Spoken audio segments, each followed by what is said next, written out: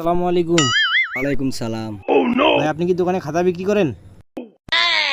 হ্যাঁ ভাই, আমি খাতা বিক্রি করি। আমার একটা খাতা দেন তো। আচ্ছা ভাই দাঁড়ান, খাতা দিচ্ছি আমি। আচ্ছা ঠিক আছে, এই নেন। ভাই খাতার দাম কত? 20 টাকা ভাই।